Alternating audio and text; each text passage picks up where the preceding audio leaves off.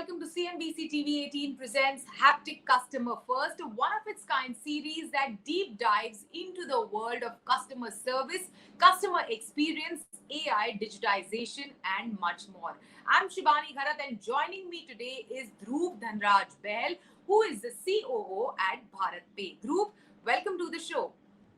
Thank you for having me, Shibani.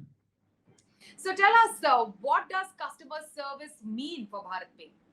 So I think in the most traditional sense, customer service for us actually means not having a customer service department in the first place. I think when we think of that philosophy as a company, we believe that if you build great products, right, that not only deliver value but also excellence at every interaction, then there is no need for you to have a customer service department where people are, you know, reaching out to you to solve problems. Your products have been built in such a way that those problems are either addressed or whenever experienced, a customer can deal with those problems by themselves.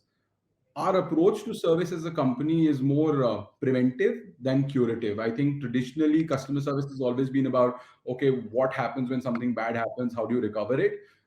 We've sort of turned that on its head in a three-step process, right?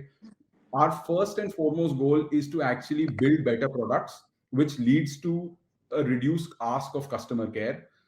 That leads to, saying that, well, if someone still did experience some sort of an issue or a problem or had some query, then the product and the platform itself should be able to answer it. People call it chatbots. I simply call it, better UX and UI, reducing the incidents.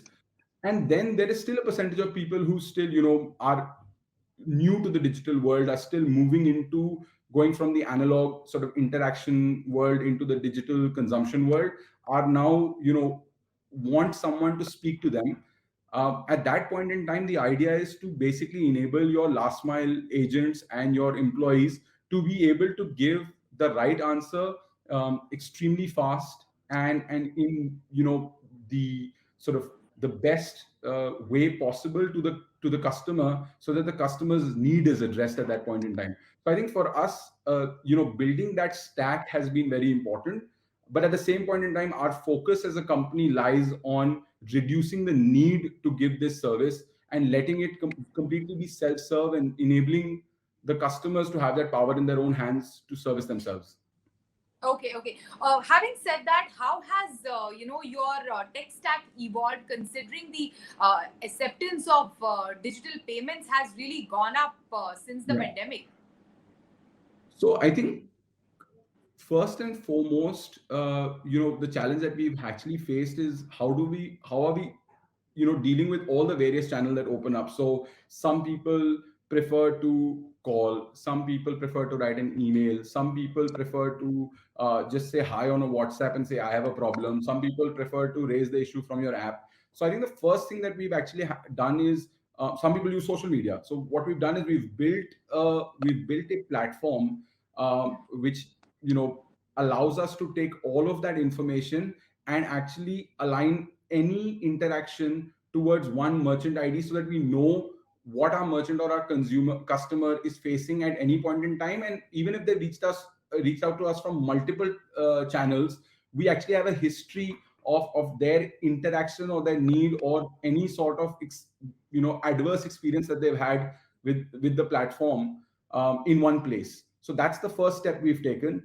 We've taken that a step further by actually building what we call the parametrically triggered system within our platform, within our app. So what it does is it basically takes, let's say, Shivani, and says, okay, what kind of a customer are you? So let's say you were a customer for my lending vertical. Are you someone who has applied for a loan but not got it yet? Are you someone who's got their loan but it hasn't reached their bank account yet? Are you someone who was repaying a loan and then having issues to repay the loan? Are you someone who wants to foreclose your loan? So the system predicts what persona are you, and then identifies what potentially could be going wrong with you. You could have issue A, B, or C, and based on some data parameter, assigns a higher probability to the issue that you must be experiencing, so that whenever you do reach out, whether it is through the chatbot or whether it is calling the call center. Either time, the individual who is, well, either the system or the individual who's interacting with you knows exactly what's the first most probable answer to give you, and that usually we've seen 80 to 90% of the time solves the problem at hand. So the system that we've built internally has been a cross section between an omni-channel platform, use a high use of chatbots, but also data science, and using that data science to build a prediction algorithm. Dhruv, having said that, can you also share with us what is the interplay between psychology and technology in this entire equation? Because when it comes to matters of money, there is a lot of customer anxiety as well. So I think emotion is everything, especially when it deals with money, right? So we are in the money flow. We help merchants collect payments using our QR and POS machines. At this point in time, there are 7.5 million merchants doing that. Nearly 50% of them use any one of our products at that time, which either is a loan, an investment, buying an insurance, paying bills, sending money, any of the services on our platform. Around that time, I think when you're managing people's money, trust is huge. As you yourself said, the anxiety when something goes wrong with your money, or something that you don't understand happens, is something that is, people get a little high strung at that point in time. I think the three things that really work for us around that time is, if we get the right information at the right time and in the right format, allows us to make better decisions and reduce our anxiety. So I think we have to use that intersection with technology to see how can I get the right data to the right individual at the right time, as fast as possible and in the clearest format as possible. So whether it is using WhatsApp to send them a quick update and saying, "Hi, don't worry, your funds are fine. Your bank might be experiencing an outage. Your money will reach you within the next 2 hours."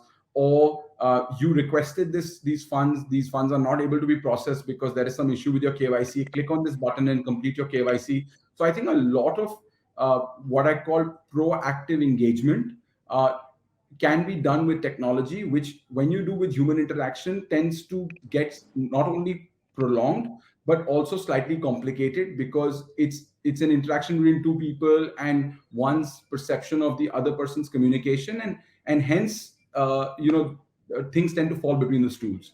So I think technology simplifies this entire process and actually improves the user and consumer experience at the end.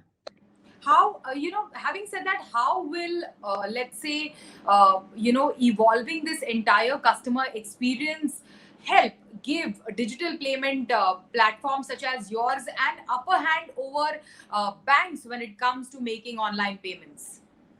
First and foremost, I think banks are our partners, right? As fast as they digitize is how the ecosystem will also digitize, right?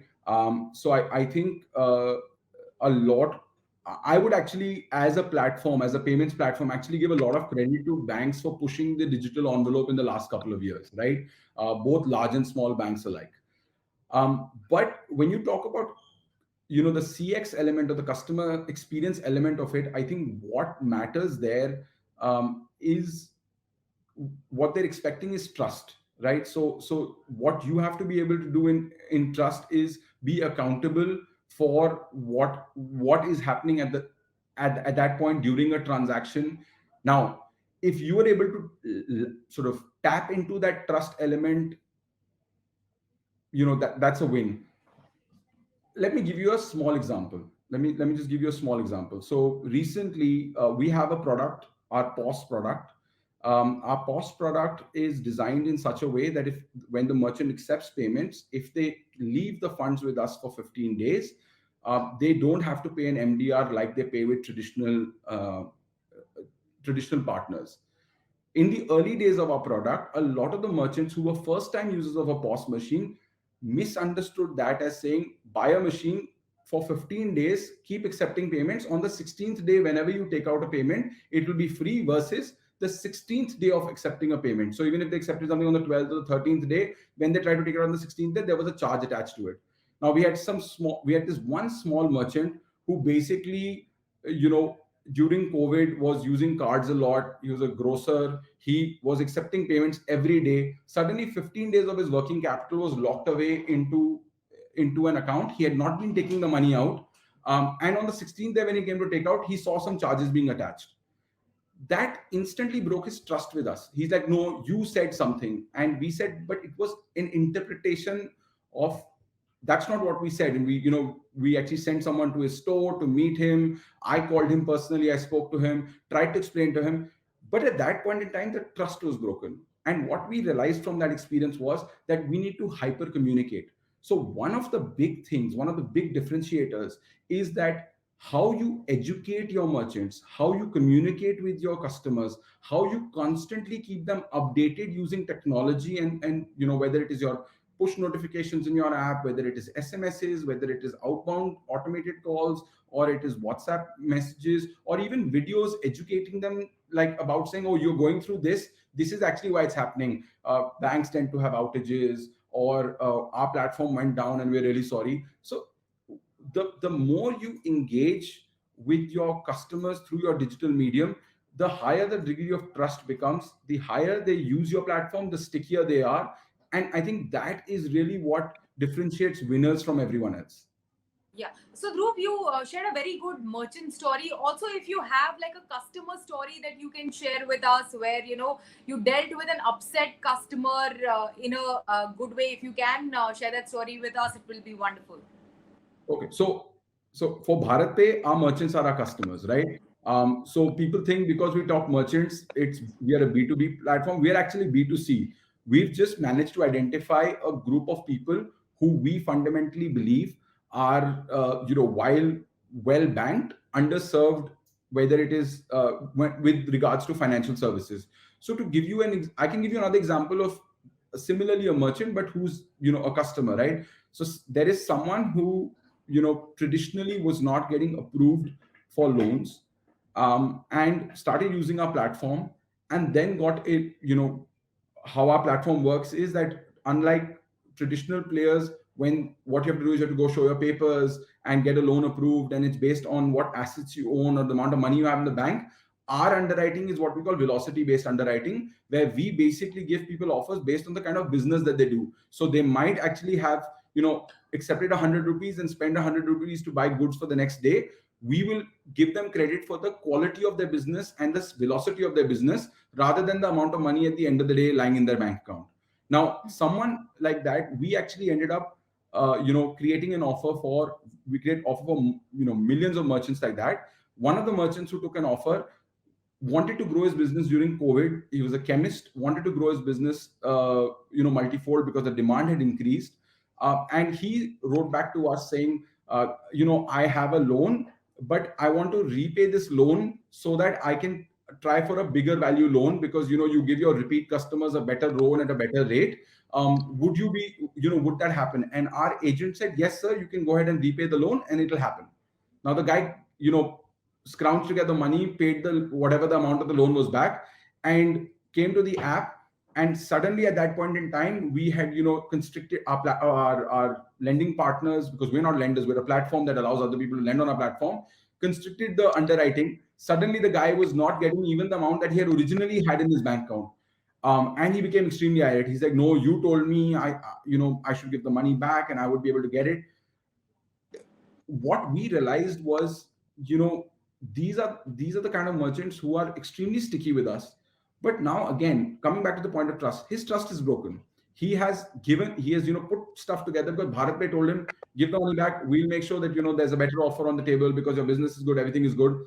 And overnight, one algorithm point changed, and suddenly his whole expectation changed. We weren't able to meet his expectations. Now, how do you recover a customer like that? I can't go and change a rule that's applicable to thousands of merchants for one customer, right? How do you then go and recover that customer? How do you rebuild that trust? How do you get that person's business back? While we did a lot of things, one of the simple things was we again got him a loan issued for the same amount. The person's business grew. We continuously monitored offline, and this is a place where technology maybe was limited at that point in time. To how do we monitor a merchant? So someone in our team actually monitored this guy's account. The minute our partner said, yes, we're going to relax the underwriting rules a little bit, we're going to make it more inclusive, we're going to give better offers, we immediately contacted him and said, okay, now you repay the loan and we'll get you a better loan, or we got you what's called a top up loan. So not always is technology solving the problem. At some points in time, there are humans who step in and manage those emotions, and more often than not, I think I spend the day just saying I'm sorry and listening to merchants and their problems, because in the end everything works out. But what they want is someone to listen to them, and I think that's the traditional world of what I call the concierge based service, where you might have gone through a bad experience, there's nothing that can be done, everything is fine now, but you just want someone to listen to you.